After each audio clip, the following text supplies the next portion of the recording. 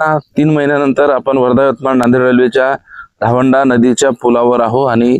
सध्या हा पुलाचं काम पूर्ण झालेलं आहे आणि इकडून आपल्या याचंही काम मित्रांनो पूर्ण झालेलं आहे। मग आता इलेक्ट्रिक पोलचं तर आता या सिच्युएशन मध्ये खाली जे आपण बघतो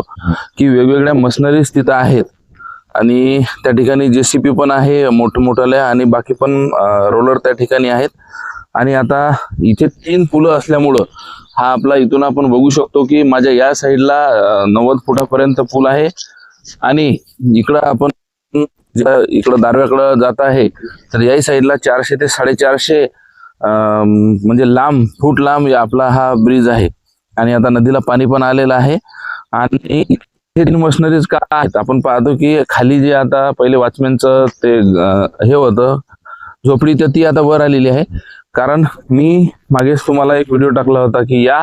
300 मीटर मध्ये ते 300 ते 400 मीटर मध्ये आपल्याला 3 पुलं आहेत तिथे जे मुलं आपल्याला दिसत आहेत समजा प्रॅक्टिस करताना पोलीस भरतीची तर तो सेकंड काठीच्या नाल्यावरील पूल आहे आणि त्याच्या लगेच आपण 150 मीटर जर समोर गेलो तर तिथे आपल्याला जो आहे तर तो 3ऱ्या नंबरचा पूल दिसतो आहे आणि त्या साईडला आपल्याला दगड दिसत असेल तर ते दगड म्हणजे याचं अलाइनमेंटचं जे काम असतं पूल बनल्यानंतरही बरेचसे कामं बाकी असतात। आता याही साईडला आपल्याला पाहतो आपण की हे सेफ्टी गार्ड आहेत ते खाली पूर्ण त्याचं मटेरियल आलेलं आहे त्या झाडाच्या मागेच आपल्याला इथे सेफ्टी गार्ड असलेलं दिसतं आणि मग या साईडला बसवलं जाईल म्हणजे काय होणार नेमकं ज्या वेळेला ट्रेन इथून इमर्जन्सी येणार एवढा तर हा ट्रॅकच असतो हा जो आहे ब्रॉड गेज असल्यामुळं आणि मग एखाद्या वेळेला ट्रेन इमर्जन्सी आल्यानंतर जर याच्यावर कोणी असेल तर त्याला साईडला सेफ राहायला तो गार्ड बसवला जातो आणि आता पूर्ण पुलाचं जे बांधकाम आहे ते पूर्ण आपल्याला पूर्ण झालं आणि त्याचं अलाइनमेंटचं फायनल स्टेज आपल्याला सुरू असलेली दिसते। आता नेमकं इथे आपण अलाइनमेंट बघूया समोर जाऊन की नेमकं त्याचं साईडनं जे आहे तर ते कशा पद्धतीनं काम चालतं तर आता तिथे पाहू शकतो आपण की कठडे जे आहेत साईडला म्हणजे आता या अलाइनमेंट मधलं फायनल स्टेज जे आहे आता तर ते आपल्याला चालू असलेलं दिसतं। साईडला जे फर्मे आपल्या त्या ठिकाणी गोल लावलेले आहेत आणि ते फर्मे मग ज्या वेळेला वरून काही आपलं म्हणजे जास्त पाऊस आल्यानंतर कुठलाही डिस्टर्ब त्या ठिकाणी होऊ नये तर त्यासाठी ते आहेत आणि आता त्याच्या लेवलच्या म्हणजे किती जरी पाऊस भविष्यात आला तरी देखील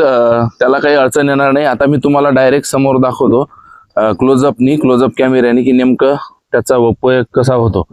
आता साईडला बघू शकतो आपण की साईडचे फर्मे जे आहे मित्रांनो तर ते तिथे आहेत आणि मग आता हे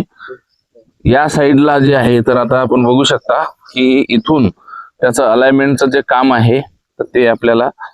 तिथे ते पूर्ण करण्यात येईल। तर आता 284 किलोमीटरच्या या टप्प्यामध्ये आता ट्रॅक लेअरिंग येणार आहे म्हणजे 3 किलोमीटर ते 3.5 किलोमीटर ट्रॅक वाईगोळला सुरू पण झालेला आहे। तर या आपल्या विभागामध्ये काही दिवसातच आता ट्रॅक बसवण्याचं काम सुरू होणार आहे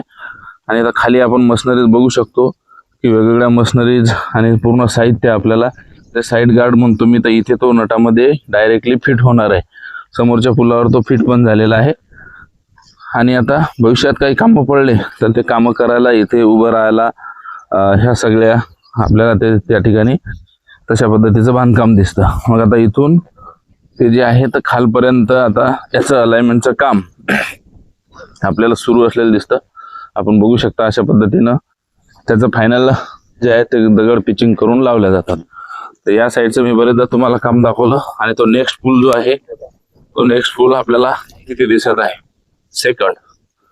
तर आजचा ब्लॉग इथेच आपण समाप्त करूया। व्हिडिओ आवडल्यास चॅनलला लाईक फॉलो सबस्क्राईब आणि शेअर करायला विसरू नका। धन्यवाद।